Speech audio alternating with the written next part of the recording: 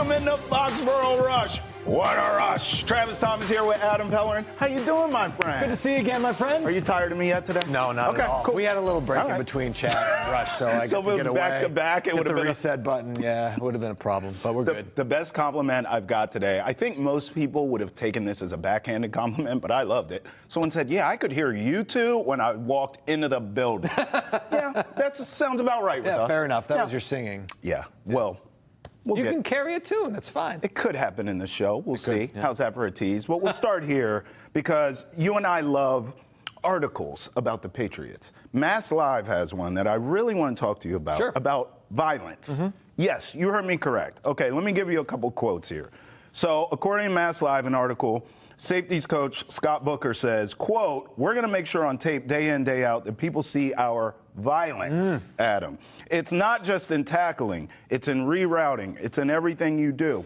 But wait, there's more. Defensive coordinator acting right now, Zach Kerr, being aggressive, being violent. There it is again, Adam. Mm-hmm. Not turning down blocks, having a good toolbox of tools to defeat the offensive player. But it's not just always finesse. Kerr goes on to say, there's more physicality. There's some violence. There it is again. If you're playing a drinking game to the word violence with the Patriots defense, you're already wasted. Yeah. We're huge into guys that don't mind playing violent football. Ding. How about this one? Marcus Spears on ESPN. Quote, Mike Vrabel is bringing back that old don't walk in here and think you aren't going to get your eye punched out. I love the mentality, Spears said. He said that on NFL Live. A lot of violence here for the Patriots defense. Yeah.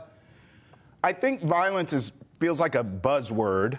I think what it really means is identity, right? Like, we all talk about Drake May and his development and this offense and is Stephon Diggs enough as a weapon and what's the run game going to look like and the draft picks and Will Campbell and all this.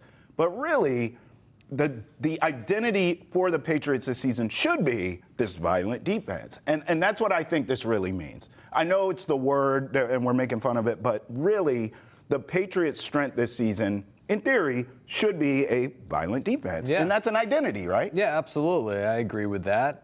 I would also add to that and say, well, they invested $300 million in this team in the offseason. Most of it went to the defensive side of the ball, right? And so I think a lot of pundits are looking at that, and rightfully so, and saying, well, you made this large investment in the team, particularly on the defensive side of the ball, and you hired a new head coach who's an old school kind of coach who played for many years in New England, who was a part of a defense. He played violent. That established that kind of identity. Yeah. And you're thinking, well, yeah, they want to be violent. They want to create havoc on the defensive side of the ball, and they haven't been able to do that in a very long time. And so now with Mike Vrabel at the helm and a new defensive coordinator at the helm and all of these new pieces, violence is the answer in this case. Yeah, no doubt. I just think, I'm thinking back, hearing you kind of talk about that. When was the last time this team really had an identity, right? Because at the end of Belichick, it was a mess, obviously. Gerard Mayo was a mess. Now Vrabel comes in and you're right. But I just wonder, would you have to go back, would it be Brady's last year or two? So his second to last year, they won the Super Bowl, right? Correct, yeah. And then they lost to the Titans his last year in the playoffs, correct? Correct. What was the identity of those teams? They Brady? lost to Mike Vrabel and the Titans. That's right. They lost to that Vrabel team. Right. But what were the identity of those Patriots teams? That feels a lot like it was Tom Brady. Yeah, like the identity, was Tom Brady, was Bill Belichick, the duo, right? Yeah. And again, that's not to minimize the players that surrounded and the coaching staff that surrounded those guys. But yeah, you think of the Patriots, you think of Tom Brady and Bill Belichick naturally, right? But that's not to say that, they did work on the defensive side of the ball. I mean, that Super Bowl you're referring to, that was a 13-3 win for the Patriots over the Rams, right? Defense, Sean McVay and holding that team at bay offensively. But even that feels like a Belichick fantastic game plan drawn up, right? Yeah, sure. Kind of to your point, it's Brady, Belichick is the identity. That's another one of those Belichick specials. Right, and Belichick's identity for many, many years was the fact that he was a defensive genius. Yes. Right? And so those early Super Bowl years when Mike Vrabel was on the team. That's right. That's what they were. Tom Brady was not Tom Brady back then. That's right. They won games differently. And so I think that was their identity for sure in the early days was, hey, this is Bill Belichick, this is the defense, this is the mindset that you have. Yeah. And then obviously when Tom Brady started to rise, and then that became sort of, he became the face of the franchise. And then obviously, you bring in Randy Moss and you have that high-powered offense in 2007. Kind of changed. And then so the pendulum kind of swung, and they were known a little bit differently, right? That wasn't their identity. And so they brought that back a little bit in the last 3 Super Bowls. When they, started to become more defensive, tougher defensively and resembling more of the early days of the Patriots. I would argue, and you tell me if I'm out of pocket for this, I would say that later dynasty was a more balanced attack. Yeah. Obviously, Brady is the GOAT. What are you going to do? Right. And Edelman and all that. But I felt like defensively they weren't as dominant. But it was a defensive play in the Super Bowl against and it was a good Seahawks, point, right? That got it done. Right? And you had to get stops against the Falcons in the comeback as well. Yeah, you did. Yeah, I think that's a good point. I look at this team, though, as it's currently constructed, led by Vrabel. They just feel very young. Specifically offensively, they feel very young. Offensively, I think. Defensively, I don't think this is a kind of defense, although I do believe it'll be their identity. This isn't a throwback defense where we can look back and say this is similar to those old school defenses you're bringing up in early Patriots dynasty lore. However, in the modern day NFL, let's have this conversation. We're talking about all this violent defense and all this nonsense. In 2025, who the hell plays violent defense? It's not. That's an after. That ship has sailed. Right. That's an afterthought. No, I agree with that. It just means, I think now, violence on defense translates to speed. It translates to we can cover you. We can go sideline to sideline. We can make tackles.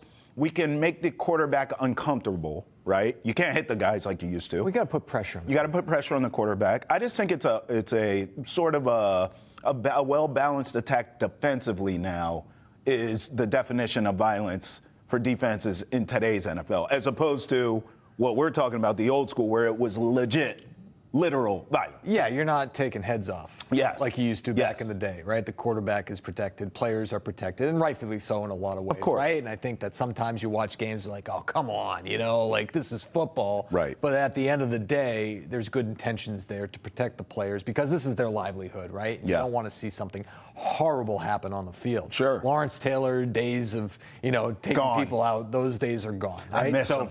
So, I miss them. I think that, people of our age or older, maybe a little younger, remember, football and how it used to be and how you used to see those big hits. But, talking specifically about the Patriots, talking about a team that wasn't very good defensively last year, obviously. Not at all. Being kind, right? Yeah. 22nd in yards allowed, 22nd in points allowed, dead last in sacks. Yeah. And so I think to your point, you want to put pressure on the quarterback and you want guys that can get to the quarterback and create some havoc and get in his head, right? You want to get in the quarterback's head. You want him to make poor decisions that lead to turnovers, which is, by the way, you talk about what the Patriots were good at when they were good, turnover differential. They were always near the top of the league in that category. Now, a lot of that has to do with the fact Tom Brady didn't throw a lot of interceptions. Sure. Right? And so he was able to protect the ball, and that's why the turnover differential was so high. But now you got to maybe do it in a different way, right? And create havoc, because Drake May, young quarterback, some new pieces offensively.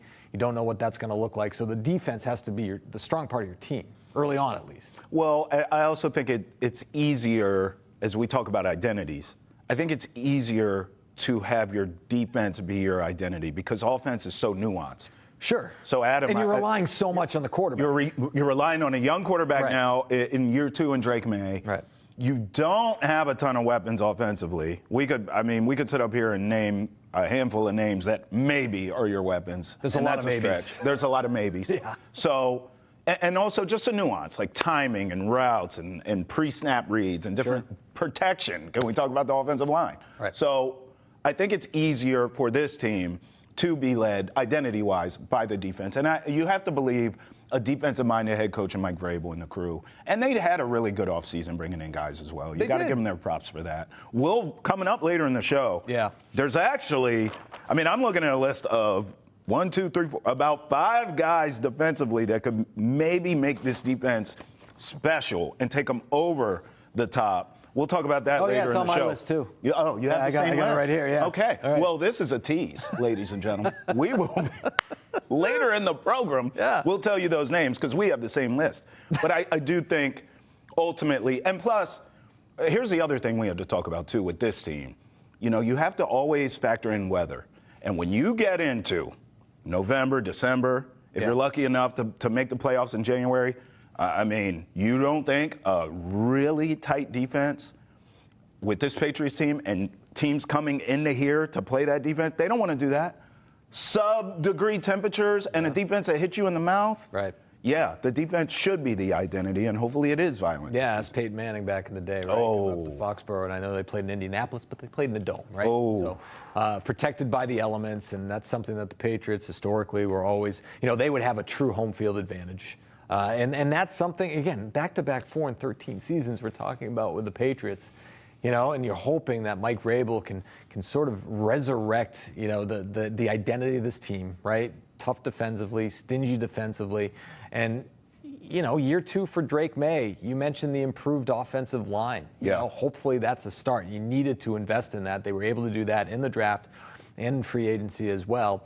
And then, the biggest question mark with the team, I think, to your point, is the weapons offensively, right? You got Ramondre Stevenson in the backfield. You signed Stephon Diggs, but coming off the ACL, you don't know what he's going to look like. You got some younger players, that are hoping, to take a jump in year 2 in the draft picks, from last year. And Jalen Polk and Javon Baker. But then you also have the question mark of Kyle Williams, who you just drafted, right? Yeah. So, you invested a 3rd-round pick in him. Hopefully he can be a weapon for you at some point. You're going to be relying heavily on the tight ends, I think, in this offense with, again, Drake May being a young quarterback. So, there's a lot of question marks on the offensive side of the ball, less question marks, I think, on the defensive side of the ball. So that's why it's your strength at this point. Look, here's the other thing. I'm looking at some of the best defenses in the league. The Eagles, no shock, are the best. In total defense, I'm talking about. Jets are up there. We know they're talented. Texans, Packers, teams that are not surprising us. Broncos. The Niners, even in a bad year, defense was still up there. We know the Chiefs. I don't know if the Patriots have the personnel right now to get into let's just call it, for the sake of the conversation, maybe like a top 10. Right. But I tell you what, they were rated towards the bottom of the league anyways, 22 overall total defense I'm talking about. Hell, Adam, if you can get close to top 10, I say this about Drake May a lot on this show. I don't have this sort of like pie in the sky that Drake May is going to become an elite NFL quarterback this season.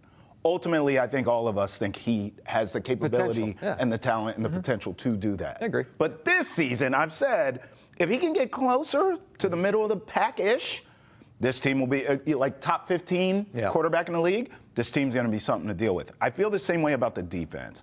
I don't think you're going to go from, what did I say, 22? Yeah. 22 to 10. But if you can get 13, 14, you're cooking with gas here defensively for the Patriots. Yeah, and you invested again heavily in this team, right, defensively. $300 million, most of it on the defensive side of the ball with Milton Williams and Harold Landry and Carlton Davis. Right. Those are some significant investments in the defense, adding to what you already have. You got Christian Gonzalez in the secondary. He's special. To go along with Davis. So that's going to be a 1-2 punch right there. Yeah. And don't forget, and again, health withstanding, Christian Barmore is coming back. Right. And so he's healthy. Yep. 2023 had 8.5 sacks. Yeah. So that's another guy that you have, that's a good point. As part of your front seven that can put pressure on the quarterback. And so you put all those things together, and if it works out, and again, to tease again, we're going to be talking about some names that could be a potential trade suitor. The Patriots could be a suitor, in the trade market for some big names on the defensive side of the ball. If you add one of those guys to the equation, then your top 10 is not out of the realm of possibility. That's a good point. Some of those names. By the way, do you want to add violence one more time in case they are playing a drinking game? Because I want to transition to this trade, but if you are drinking for the word violent, this is going to be a violent Patriots defense, Adam. Now, how about this trade? Okay. Steelers, Dolphins. We're talking defense here. Steelers get Jalen Ramsey and Jonnu Smith and a 7th-round pick in 2027. Dolphins get Minkah Fitzpatrick. I was really shocked to see him get moved. And a 2027 5th-round pick. Wow. So obviously here, And here's a tweet from Shefty. So, I mean, Adam, what jumps out to me here is the Steelers went all in here. I guess they feel as though Jalen Ramsey at this advanced age, and we've seen his production sort of drop off in recent years. They feel as though that's an upgrade at the corner position where they're thin. Jonnu Smith, I think, is a big get for them. Having Aaron Rodgers there, assuming he's out of the woods and he's sober. I mean, shots fired. I just think, obviously, you're giving him another weapon there. Yes.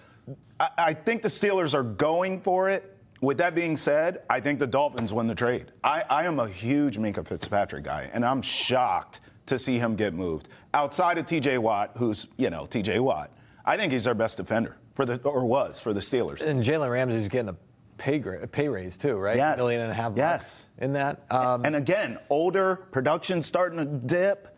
Doesn't this trade have Aaron Rodgers written on it, though, a little bit? I think it does. I think so for Jonnu. He had 88 catches last year. I think it's for Jonnu. I forgot all about, right? Yes. Because I'm thinking of the year in Atlanta, right, where he had 50 catches, and I was already kind of ticked off at him then because, the fact that he didn't do anything when he was here. He did nothing here. Thanks, Jonnu. And then 50 catches with the Falcons. But I forgot 88 catches.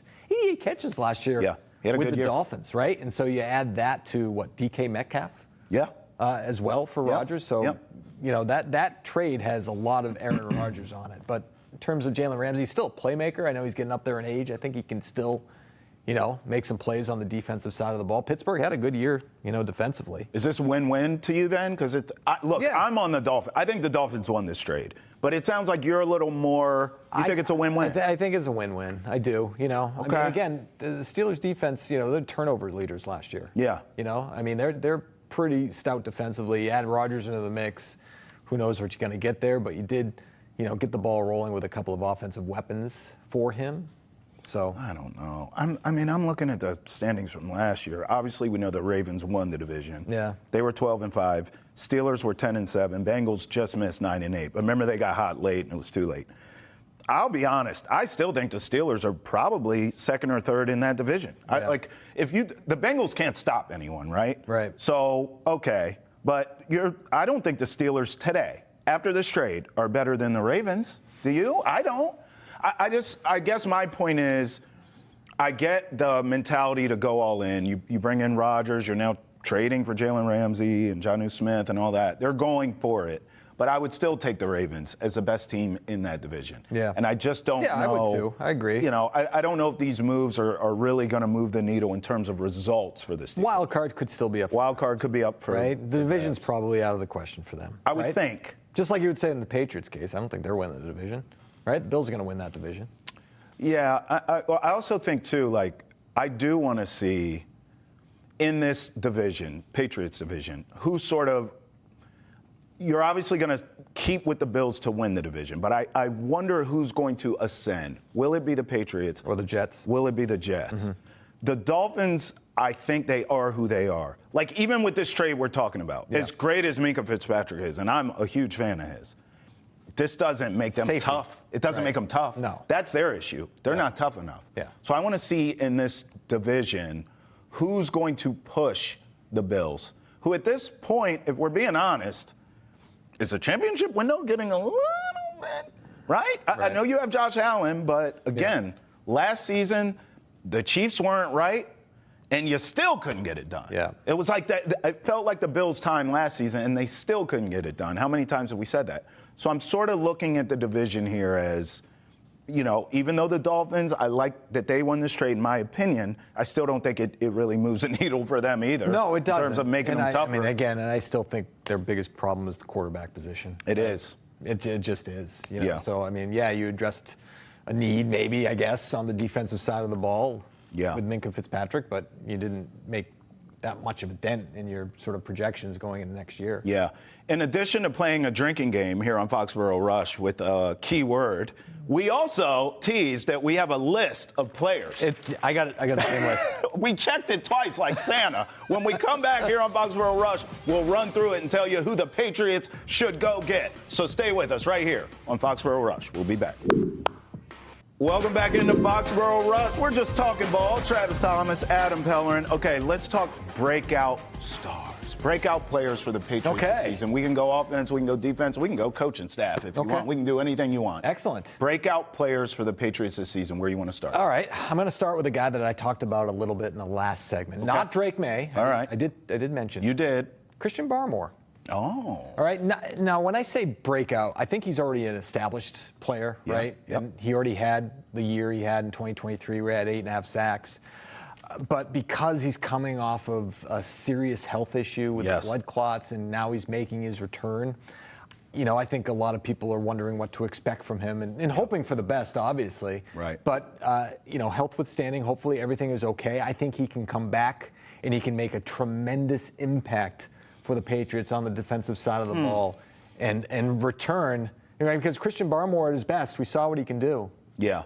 I think he could be a breakout player for the Patriots. He's a disruptive force when he's healthy and he's right. He is a disruptive force. So I like that one. I'll go on the offensive side, and I'm probably going to stay there, to be honest with you. Okay. I don't know if it's so much a breakout player when you haven't played a down in the NFL, but someone I'm looking at is Trayvon Henderson. Oh, okay. I talk about him on the show all the time. Talk about him a lot. I'm not a Ramondre Stevenson guy. I'm not. I'm out on him. I sold my stock a year ago. Trayvon Henderson, a slight on him is that he hasn't been the bell cow yet. Right? Like, even at Ohio State, he was sharing the load. But I think here, because I'm out on Ramondre, and because Ramondre will put that ball on the turf, Ramondre does have issues staying healthy fully. He'll miss a handful of games here or there, right? I think Trayvon Henderson, with his home run hitting ability as a running back, has a chance to come in and take that starting role and the bulk of the carries. Not that they, it still could be a running back by committee to a certain extent, but I think he has a chance to ascend and be the man. I think he's in for a breakout rookie season. Yeah, that's a good one. And I've thought about that too, because Ramondre Stevenson, he got paid. Yeah. But he got hurt. Yeah. And he coughed up the football. That's not going to keep you That's not going to keep you in the favor of the coaching staff. So that's a good pick. We'll see how that plays out. I do think Ramondre is going to be the man, though, at first. They're going to give him an opportunity to be the man. So I'm going to stick on the offensive side of the ball. Okay. And I'm going to stick with a guy or go with a guy like you who has not proven a thing in the NFL yet, and that's Kyle Williams. Another guy that we talked about in the last segment, right? Nearly 1,200 yards, his last season in Washington. Some of the stuff you read about him is encouraging in terms of his acumen, right? He's a smart football player. He was called a coach on the field.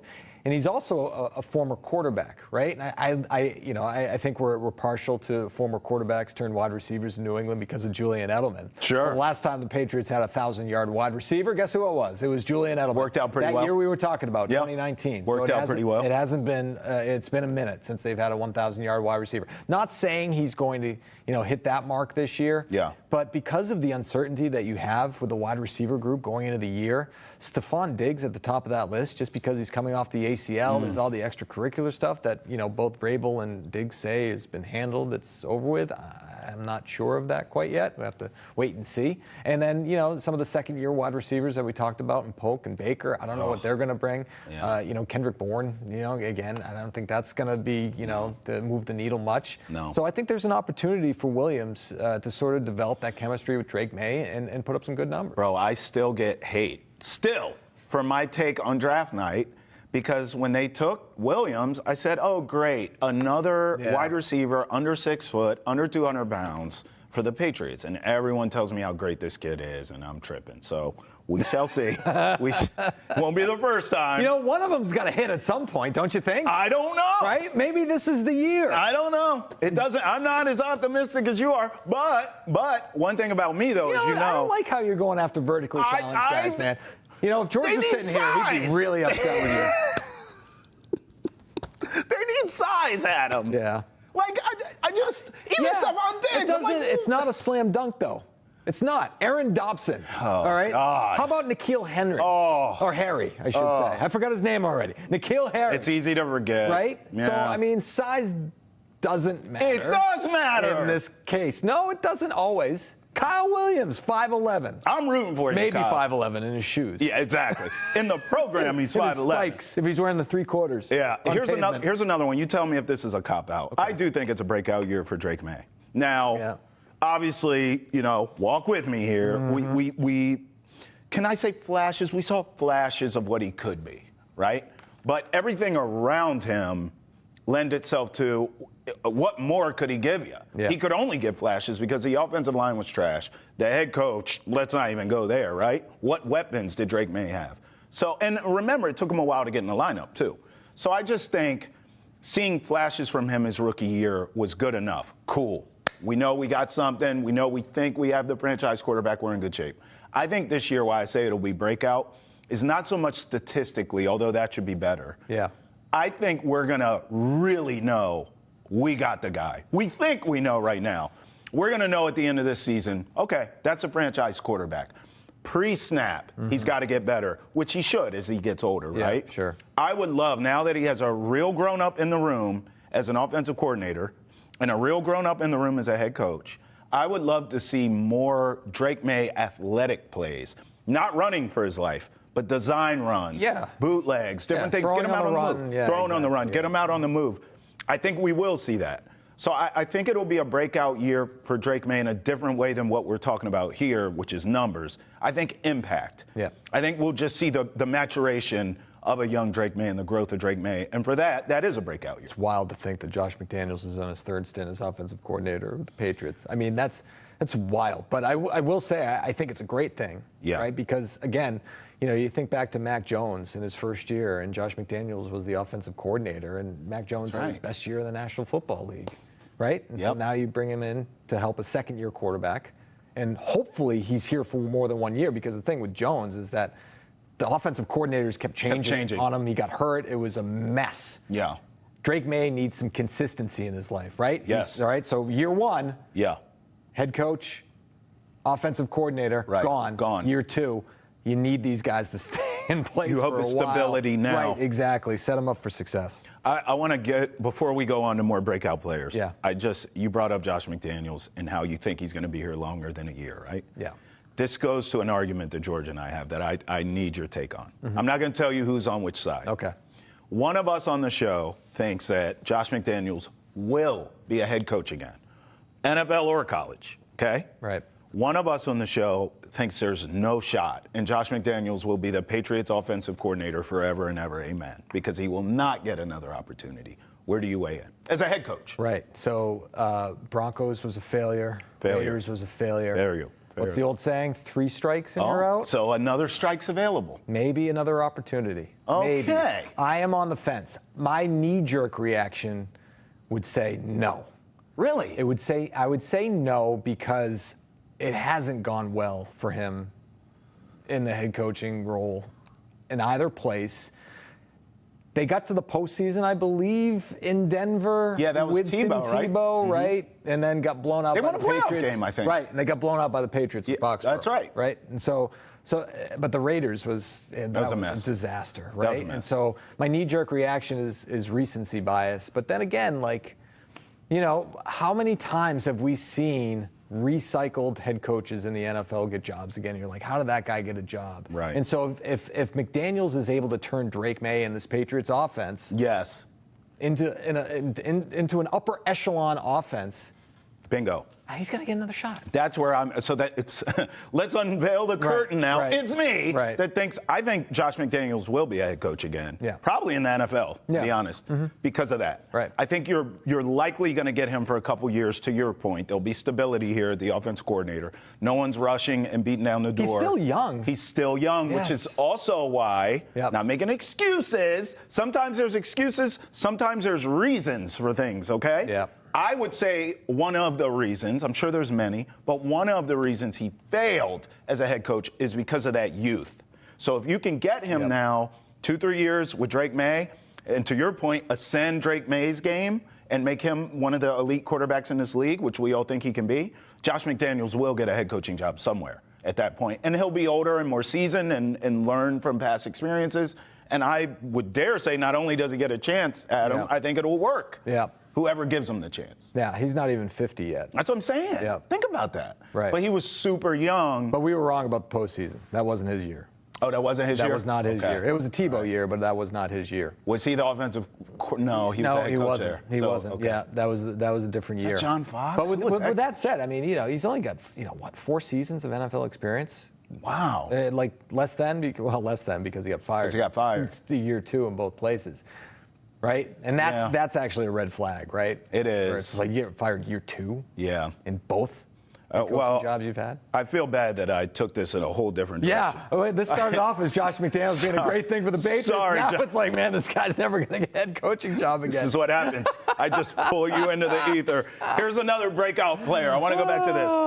I don't like talking offensive line. I don't. Yeah. I don't break it down. I don't watch tape on offensive linemen. But I know this. Cole Strange, at this stage, Adam, has run out of runway. Yeah. Can you play or not? This is, you know what, or get off the pot time for Cole Strange. Right. So I'm going to go breakout season for whatever that looks like for offensive linemen, because can you stay healthy a full year? We need to see that. And can you damn play? He's going to get an opportunity to do that at guard this year. I think he'll be healthy. He'll play well. The offensive line, not great, but will be improved. Cole Strange, breakout player. Long arms on Cole Strange, short arms on Will Campbell. Is that the knock? It is. Right, but I think Campbell's going to have a good year. I believe in him. Yeah, I do too. Blind side, that's huge. I don't think big picture, long term, Will Campbell's is the answer there. Really? I think he's eventually going to go to guard, which is more his natural position. Mm-hmm. He feels like a stopgap left tackle until they can figure it out, whether they pay a guy or draft a guy.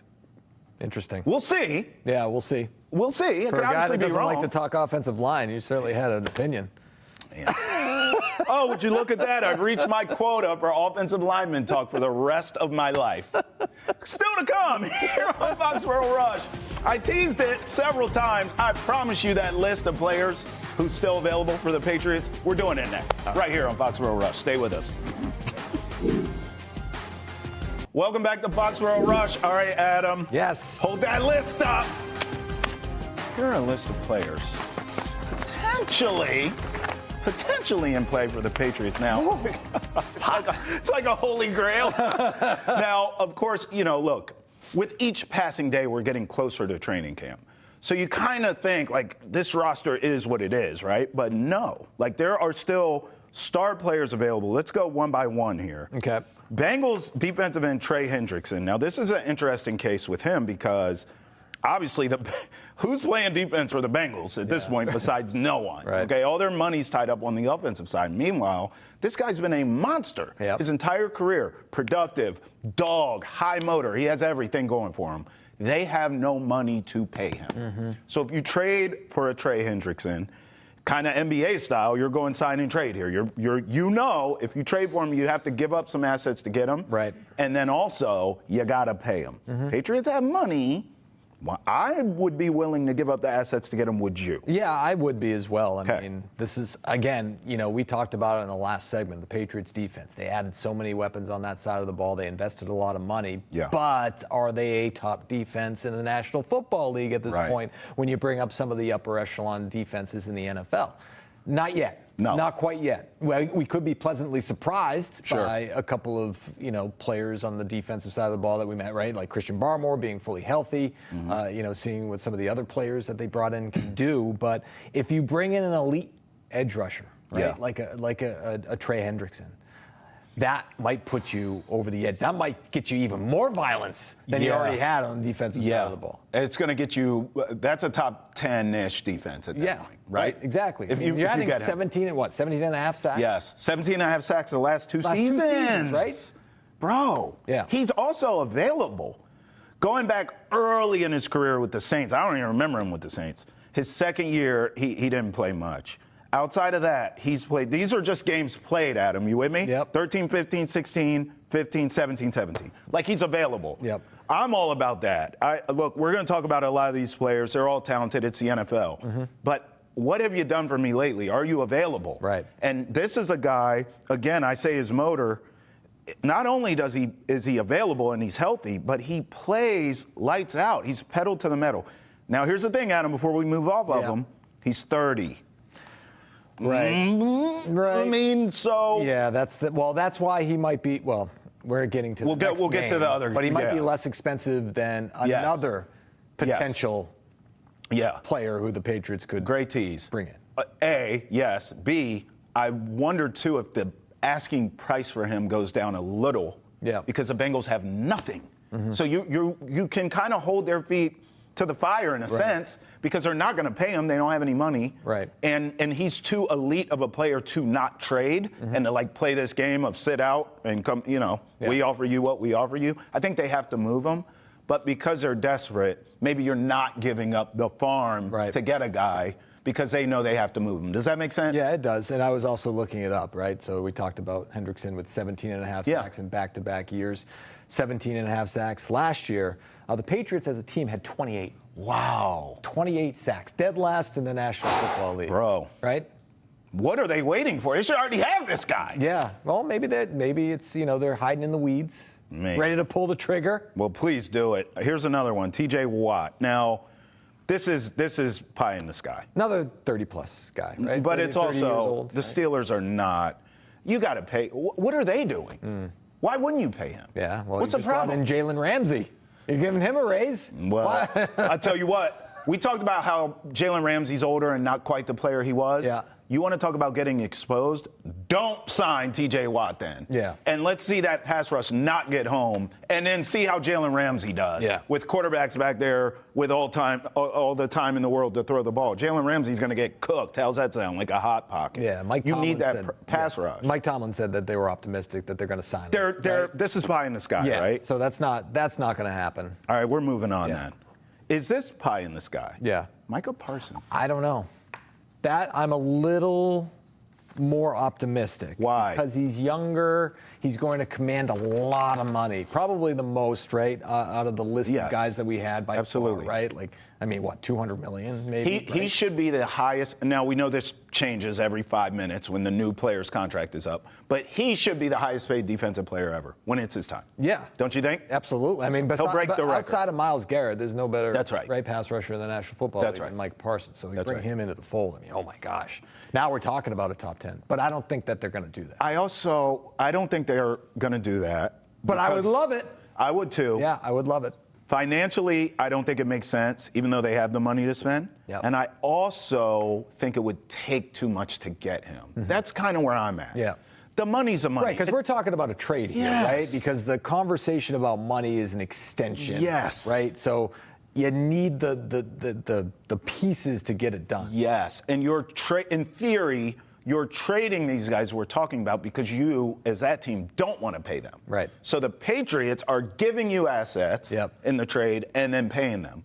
I don't necessarily have the issue with paying. It's not our money. What do we care? Right. But the giving up the assets on a team that's rebuilding, and it's a youth movement, and you have a new coach in Mike Vrabel who's trying to, establish an identity that we talked about here. You don't want to give up too much, do you? But if you're giving up assets for the future to help the present in what has already been revamped, right, in terms of the defense, then maybe it is. Maybe you are more thinking about the present than you are the future if you bring in a pass rusher of that caliber.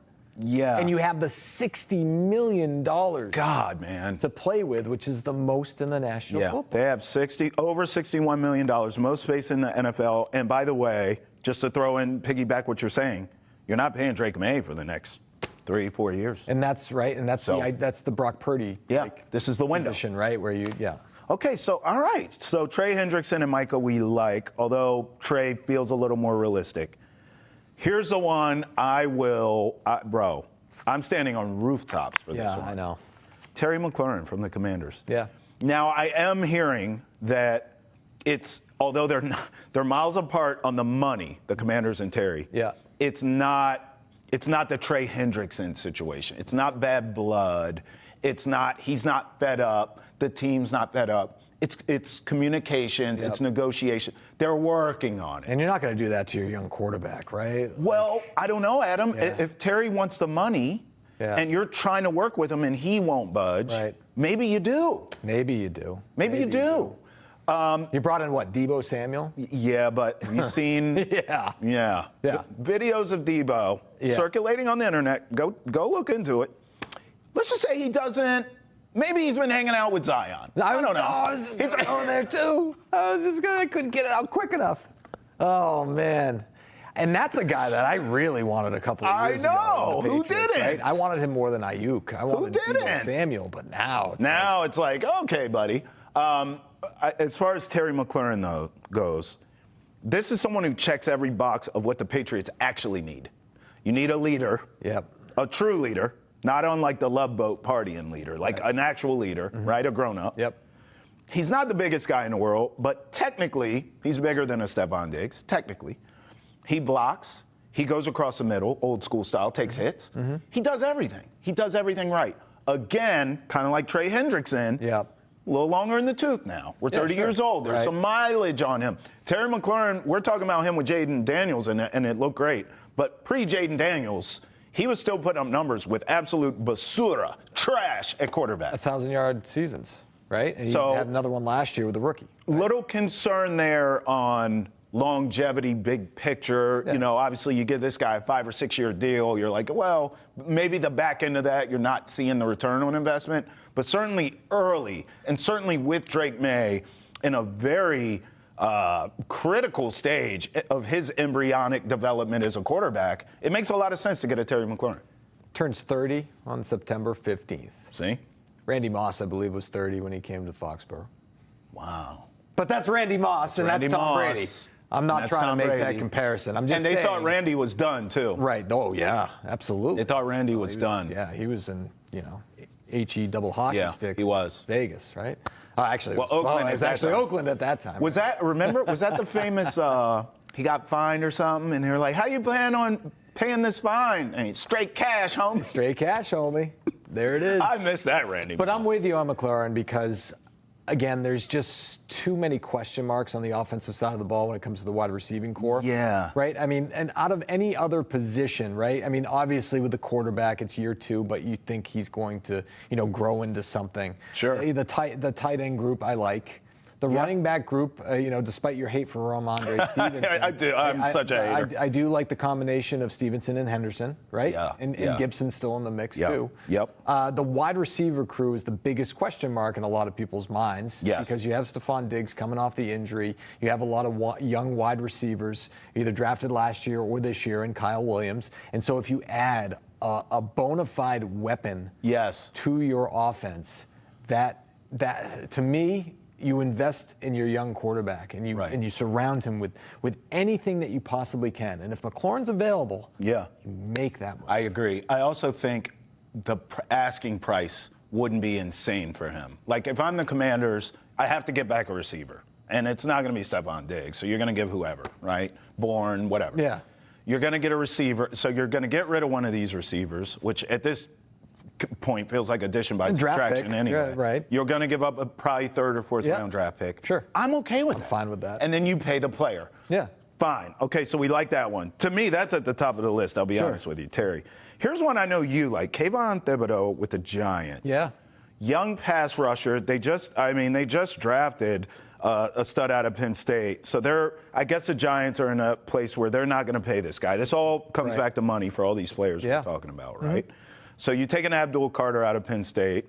You look at Thibodeaux, you're like, you're good, but we're not going to this isn't a big picture, long-term thing with you. I mean, if I'm the Patriots, this is cheaper than a Micah Parsons in terms of both, what you pay him and what you give up to get him.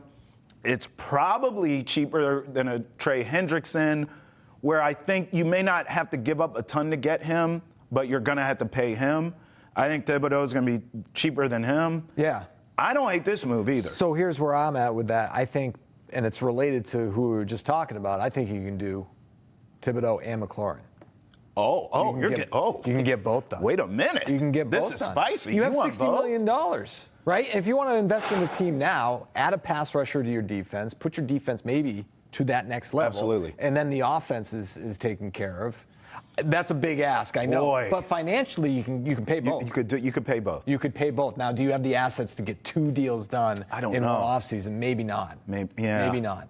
But I like that move because it does still, keep the financial flexibility intact. Because if you go after a Parsons, like that's pretty much that's done, right?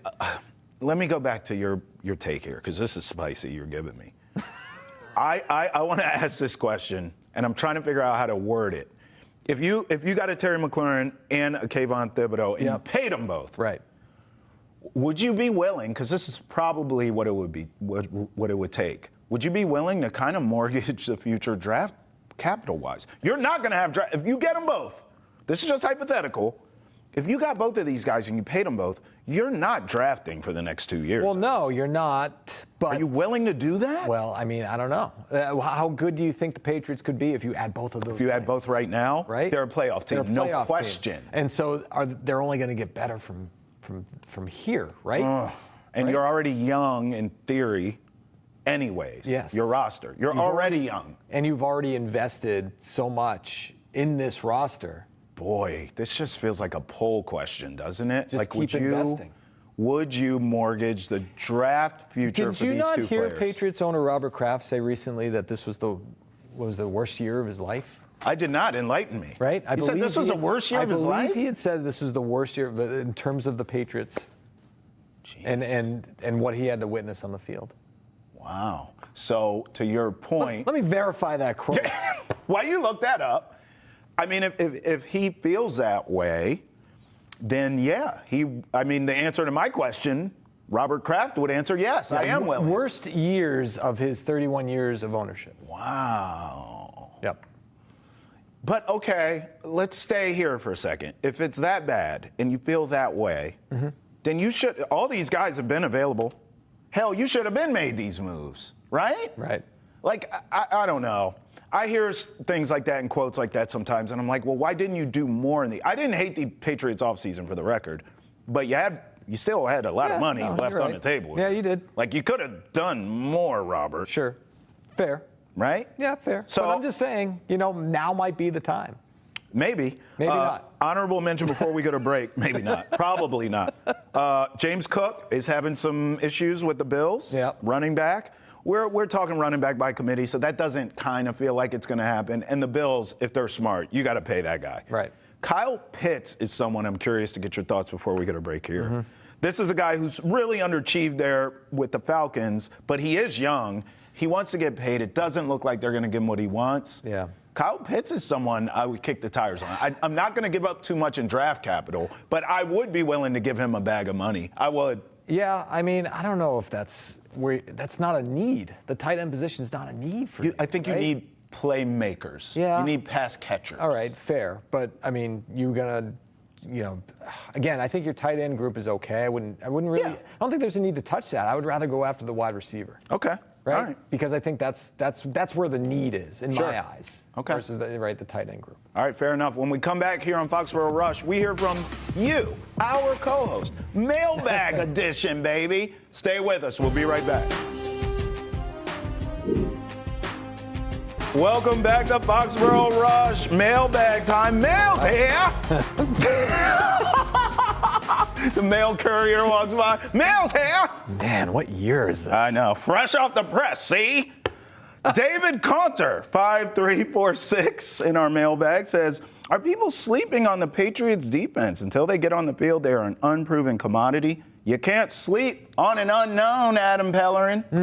Are you confused as I am? Yeah, is he saying?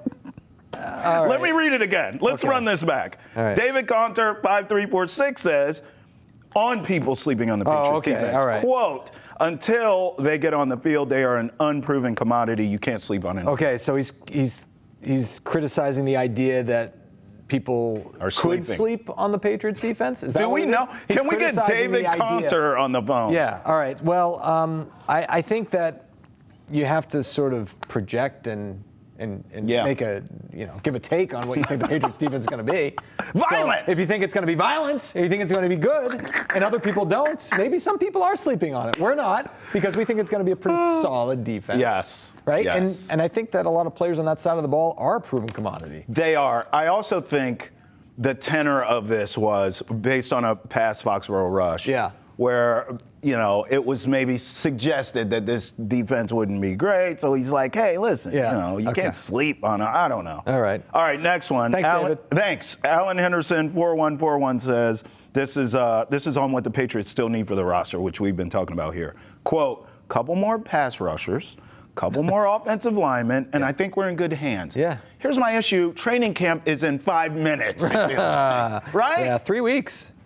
You know what's funny? Tomorrow, actually the next episode of Foxborough Rush, we'll be able to say, hey, training camp later this month. Oh, that's right. Last day of June today, buddy. For what we do, football season starts with training camp, right? Yeah, absolutely. Like I know most people, you wait till it's literally week 1. Right. For us, once it's training camp, it's on. Yeah, you get pads and, you get the pads on, baby. Yeah. I'm ready. Yeah, it's no longer helmets and shorts. Are you going out to camp this year, to your knowledge? We'll see what the schedule looks like, buddy. I'm a man of many hats here at Nesson, so I have to check the schedule. If we started a list of all the things you've done in Nesson, my friend, it's just a scroll. Yeah, which I enjoy. I feel very grateful. At camp. You could be at camp, my friend. I feel very grateful for the opportunity to do so many things, including Foxborough Rush, because I am, honestly, when the calendar turns to July, that's when I start. That's when you think about football season, right? Same. We obviously have this show on twice a week, 365, right? 52 weeks a year. But that's when you really start thinking about it. It's like, oh man, training camp's in a couple weeks. Yeah, you start jonesing. Yeah, you got any more of that football?